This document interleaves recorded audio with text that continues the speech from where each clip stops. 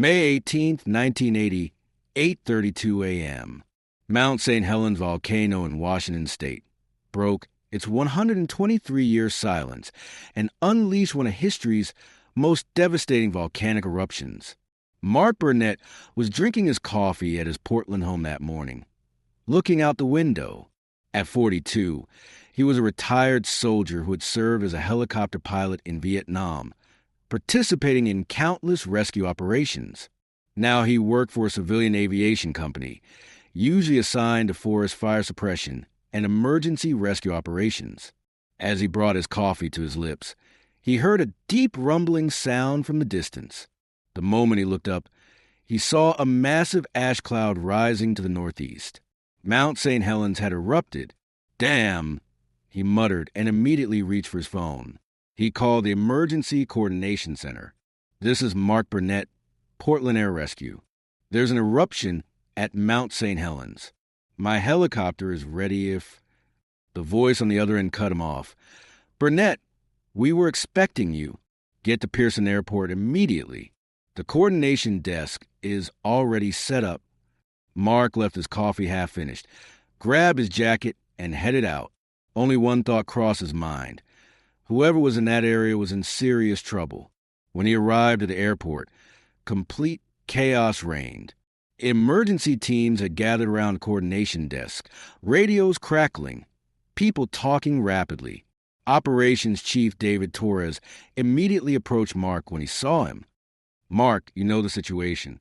The eruption is massive. The ash cloud has risen 15 kilometers high. But here's the real problem. There are people at Spirit Lake Lodge. Lodge owner Harry Truman and the surrounding campers weren't evacuated. Our radar records show at least 47 people in that area." Mark's expression hardened.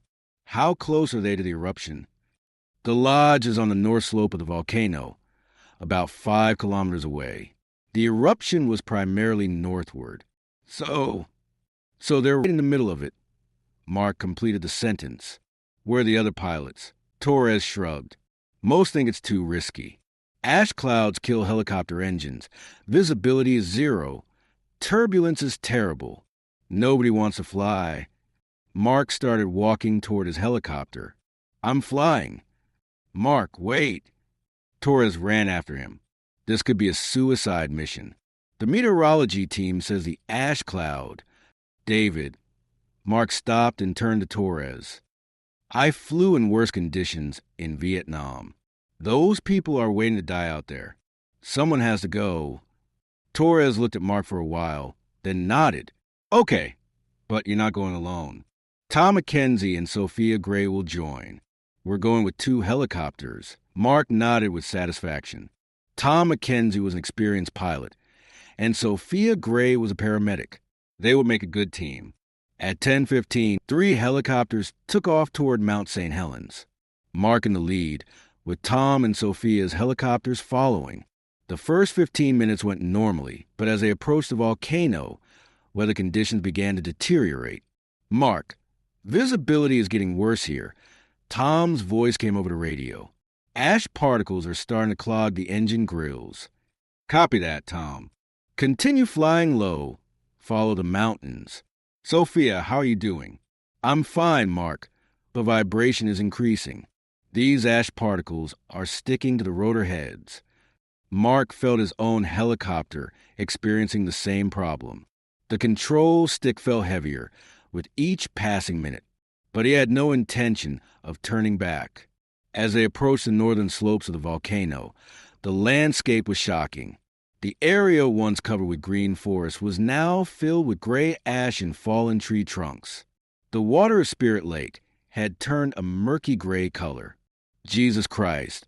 Sophia's voice was heard over the radio. "This place looks like hell." Mark squinted and looked down. Where Spirit Lake Lodge used to be, there was only a pile of debris.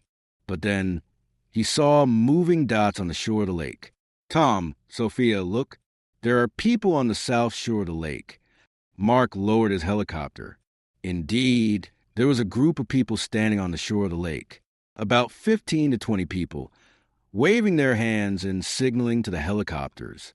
Most of their clothes were torn, their faces covered with ash and dust.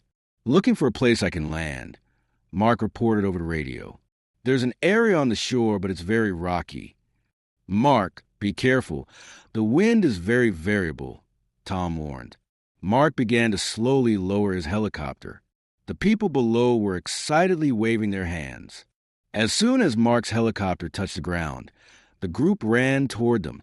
The first to run was an elderly man, about 60 years old. His face was covered in black. His hair whitened from ash. "Pilot," he shouted. "Thank God you came. I'm Jim Patterson. We're campers here. We were campers. We were in our tents when the eruption happened." Mark got out of the helicopter. "How many of you are there?" "There are 23 people in this group, but..." Jim turned around. "There are people on the other side of the lake, too. We saw them. Are there any injured?" "Yes, a few people.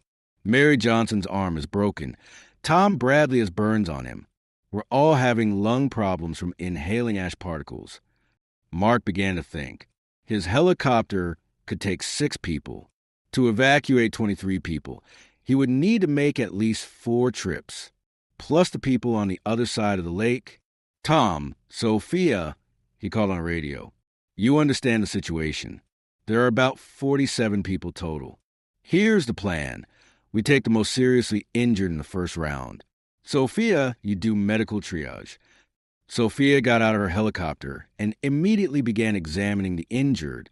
Indeed, Mary Johnson's arm was broken. They had tied her arm to her chest. Tom Bradley had second-degree burns on his back and arms. "Mark," Sophia called out, "this man needs to be taken to the hospital urgently. His burns could get infected." "Okay, Tom, you take the most seriously injured. I'll start transporting the healthy ones. But first let me check the other side of the lake." Mark got back in his helicopter and flew to the other side of the lake. Indeed, there was another group of people there too. This time a larger group, about 24 people. There were children among them too. Mark landed his helicopter. The people in this group were in worse condition. 2 people were lying on the ground. Others were looking after them. "Help!" shouted a young woman. "My husband and father, they can't move." Mark ran to them. A middle-aged man was lying unconscious. His breathing was very weak. The elderly man next to him was conscious, but looked quite weak. "What happened to them?" Mark asked. "When the ash cloud came over us, we tried to run. This man fell and hit his head on a rock. My father inhaled too many ash particles. He can't breathe." Mark called on the radio. "Sophia, come here urgently. There are 2 seriously injured people." Sophia's helicopter landed next to them a few minutes later. Sophia ran over and examined the injured. This man may have suffered concussion. He must be taken to the hospital immediately. The other one is also having breathing difficulties. Ash has accumulated in his lungs. Mark calculated the situation. Total of 47 people, 3 helicopters. But weather conditions were rapidly deteriorating. The ash cloud was starting to thicken again. "Tom," he called on the radio, "how many trips can we make, do you think?" "Weather is getting worse, Mark. My engine grills are already half clogged. Maybe 2 more trips." "It's not enough. There are 47 people. Then we have to take the risk." Mark took a deep breath. His military training kicked in. In such situations, instead of panicking, systematic thinking was required. "Listen," he called out to the group. "We'll get you all out, but in order. First the seriously injured, then children and elderly, finally the healthy ones. Nobody will be left behind." The young woman asked anxiously, "What if the weather gets even worse?" Mark looked directly at her. "Ma'am, I flew in worse conditions in Vietnam. I promise you. Everyone will be safe tonight." The first round began. Sophia took the 2 most seriously injured. Tom started transporting children and elderly. Mark loaded 6 people who seemed healthy into his helicopter. However, the real problem emerged on the way back to the airport. Ash particles were contaminating the helicopter's engine oil, clogging filters. Mark's helicopter engine began to sound different than normal. When they landed at the airport, technicians immediately inspected the helicopters. Mark, Chief Technician Jake Morrison approached. Your engine grills are almost completely clogged. It will take 30 minutes to clean. We don't have 30 minutes, Jake. Those people are waiting out there. But this engine can't fly in this condition. It could stop midair. Mark thought he would take the risk. Tom, Sophia, what's the condition of your helicopters? Tom shook his head.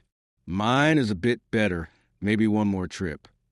Sophia, my helicopter has vibration, but it will fly. Okay, we'll do a quick clean and go back. Jake, what can you do in 15 minutes? Very little, but I'll try. 15 minutes later, the helicopters were airborne again. This time the weather conditions were even worse. Wind speed had increased. The ash cloud had become denser. When they reached the lake shore, the remaining people were waiting for them anxiously. About 25 people were still there. Pilot, Jim Patterson ran over. The weather has gotten worse. We're having trouble breathing. Mark got out of his helicopter. Indeed, the situation was critical. Some people were having coughing fits. Their eyes were watering. This time we're taking everyone. Mark decided.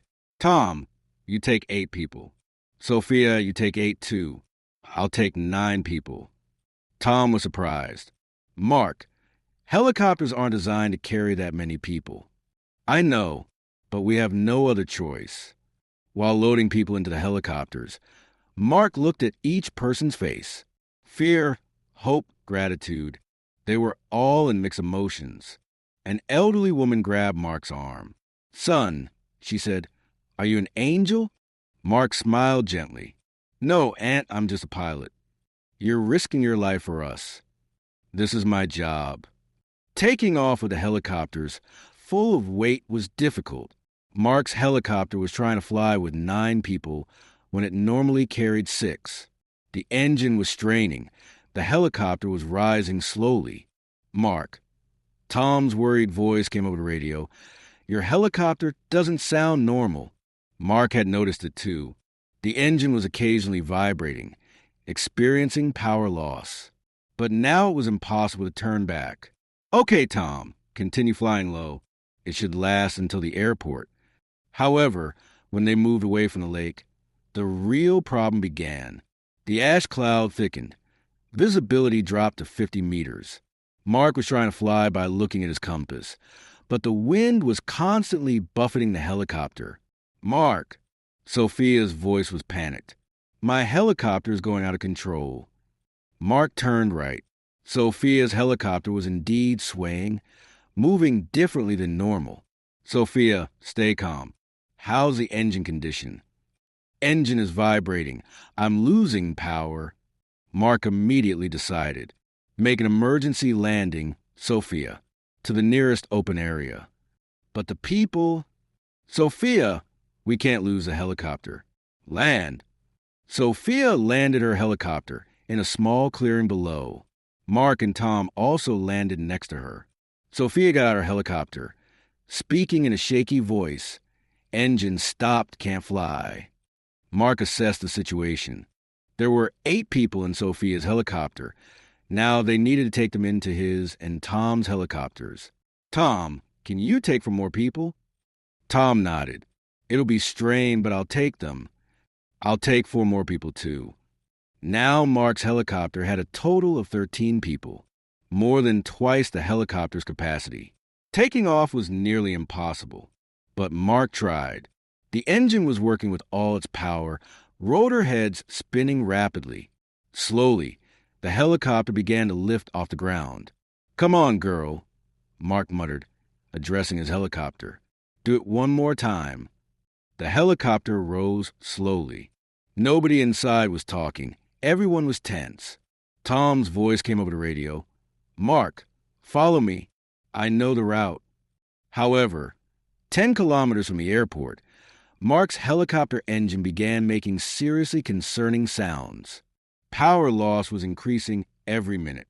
Mark, Tom's worried voice. "Your helicopter is smoking." Mark looked back.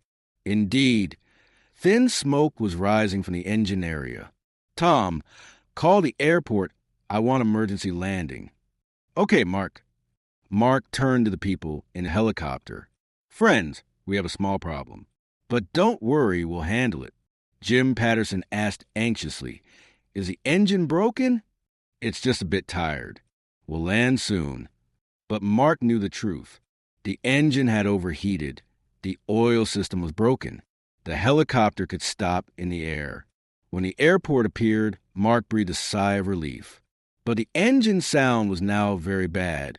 Vibration was shaking the entire helicopter. "Portland Tower, this is Burnett. Requesting emergency landing, engine failure. Copy, Burnett. Runway 10 is clear for you. Ambulances are ready." Mark landed his helicopter on the runway with its last strength. As soon as the engine stopped, everyone breathed a sigh of relief. The people inside began applauding. The elderly woman grabbed Mark's arm again. "Son, I don't know how to thank you." Mark smiled. "All you needed was to be in a safe place. Here you are." Ambulances came. The injured were taken to the hospital. Others were also placed in temporary shelters. That evening on the news, there was a headline, "Miraculous Rescue from Mount St. Helens." The names of Mark Burnett, Tom Mackenzie, and Sophia Gray were mentioned as examples of heroism. But Mark didn't care about these. When he returned home that evening, his half-finished coffee was still on the table. He reheated the coffee and looked out the window. Mount St. Helens was still emitting ash clouds, but 47 people were safe. That was enough for Mark. The phone rang. It was Jim Patterson calling. "Mark, this is Jim, the man whose life you saved today." "Jim, how are you?" "I'm fine, son. I just wanted to thank you. If it weren't for you today, we would all have died there." Mark took a sip of his coffee. "Jim, that's our job. If you were in the same situation, you would have done the same thing." "Maybe, but you did it, and we won't forget." When Mark hung up the phone, he was smiling. Sometimes the best thing a person could do was just do their job at the right time, in the right place, with the right decision. The Mount St. Helens eruption caused the death of 57 people. But that day, thanks to Mark Burnett, Tom Mackenzie, and Sophia Gray, 47 people survived. And for them, that was enough.